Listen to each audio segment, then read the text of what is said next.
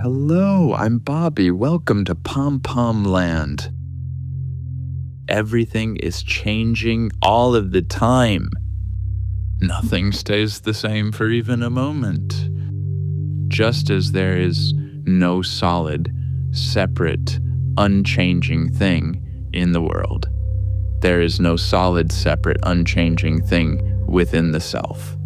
We live in the delusion that there is some separate, unchanged being, but there is not. There is nobody behind the change.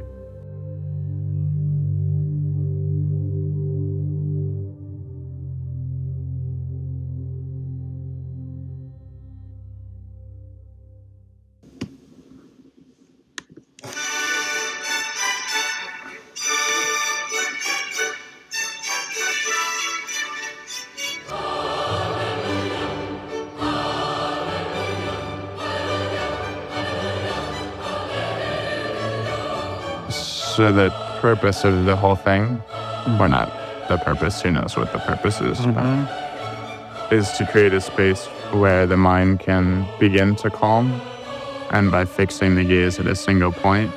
And there's something about eye contact, so this movement from seeing everything as an external thing to observing more of what's happening inside the mind. Yeah, it's like acid flashbacks, dude. Yeah. It'll go as deep as you want it to, too. It's like the only thing that keeps us from going in there is ourselves. The focus of everything gets completely lost, and it just becomes like a color field. That was, whoa. It was just like completely black. I could see everything around you, but your face was gone. Yeah. The identity of the other person can shift, and you almost start to disappear. Have you heard of the pineal gland? Yeah. There are neurons on it that look like rods and cones structurally. And so the implication was that it's some sort of inner eye. And so like what we're seeing right now is like our normal assumption is that like I'm seeing something outside of myself, and there's me here and there's the world there.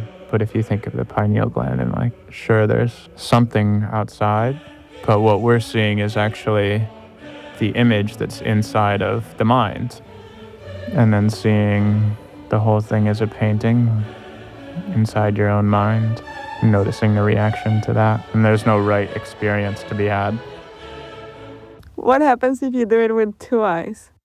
With two eyes, you have depth perception, so you lose it with monocular vision, which helps the space to flatten. So there's normally this like separation between who I am and what I am seeing.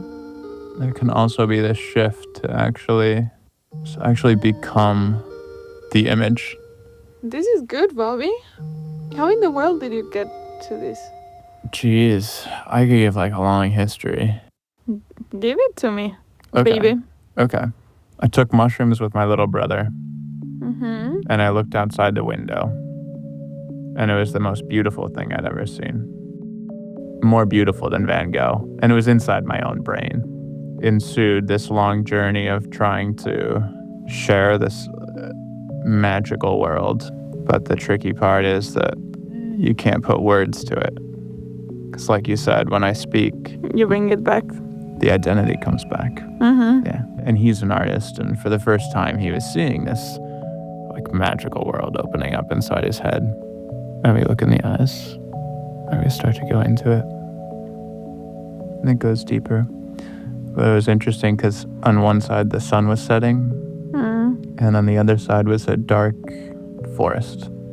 And so it was getting darker and darker, and we'd go deeper and deeper, but the deeper and deeper we went, it'd get really beautiful on the one side, but the more beautiful it got on the one side, the more scary it got on the other.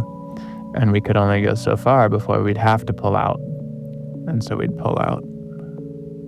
And so it continues, but in a new sort of way. What's the name of the music? The name of the playlist is Place for Continuous Eye Contact. Oh, okay. Yeah. Is that the name of the piece? I don't know yet. Maybe that's the name of the piece. Yeah, it probably should be. So people know what they're getting into.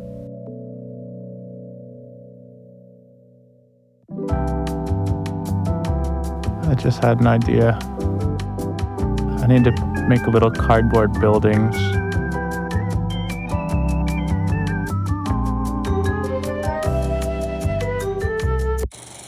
Action.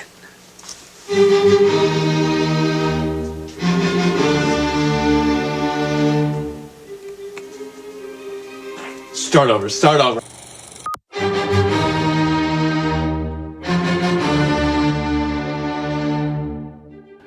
Right now, a very small percentage of people hold the power to destroy or save this planet. They are my target audience. And if there is nobody behind this massive change to call myself, there is no difference between myself and whoever might live on in this dying world. And so my goal, to offer the beauty that is the disappearance of the self. The disappearance that will allow us to love. Because whether the goal is to save the planet, to let it go, or to pass the message along to those who will start it over somewhere else, the message is the same. To bring to light the beauty that is available in this precious life. I am going to try to put that into the world on the off chance that it makes it easier for someone else.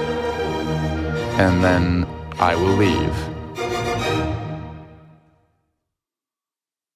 In 2008, I got sober to save the world. Soon after getting sober, I was introduced to meditation. Over the past couple of years, I have had the opportunity to experience the fullness of this human life during a number of long meditation retreats, sometimes lasting up to 3 months. When the mind settles, everything becomes clear. Everything I have ever wanted is always available in this moment. I was hesitantly prepared to say goodbye to my family, perhaps forever. On a daily basis, I opened the mailbox, fearful of receiving the letter from the monastery where I would have to go, lest I regret turning away from the possibility of the greatest freedom I could ever live. I never received the letter. I feel a dire need to tell the world, to say what cannot be said, a message without words. It comes from a tradition that is 2,400 years old. That tradition is Buddhism. It helps others have an understanding of what leads to suffering and what leads to freedom so that they may look directly and see for themselves.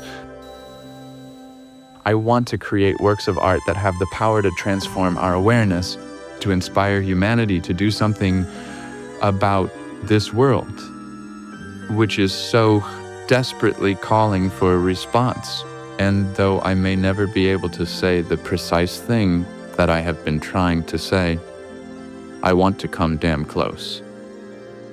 I want to come close enough that if I ever do go off to Burma, I can know that there was nothing left to say.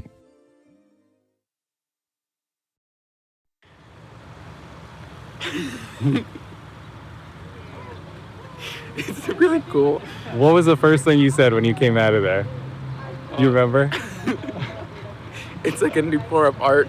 When you see that type of beauty in that type of art, it moves you.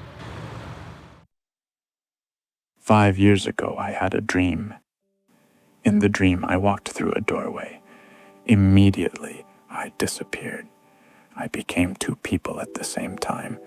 We were the whole universe looking itself in the eyes.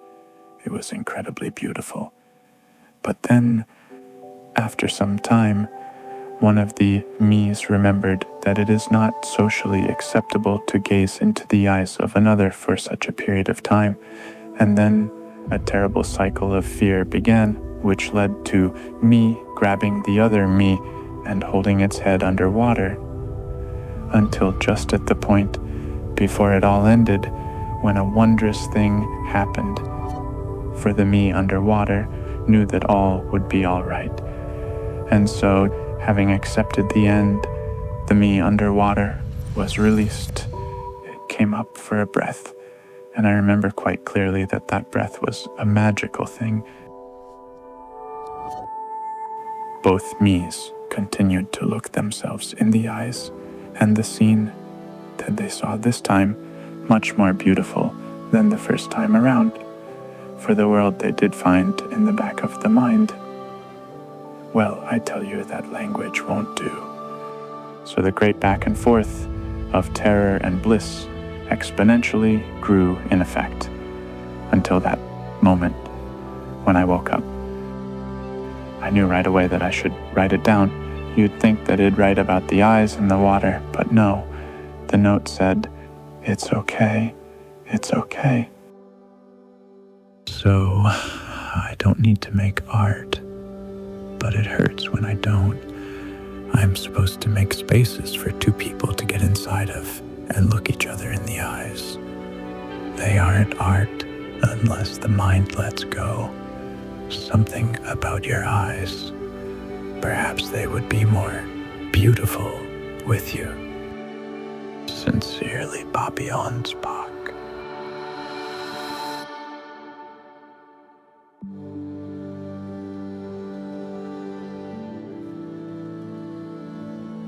In the world that you find in the back of the mind, an incredibly beautiful swirling of time, and you'll come back to the world to tell of the place where all the words melt in an infinite space.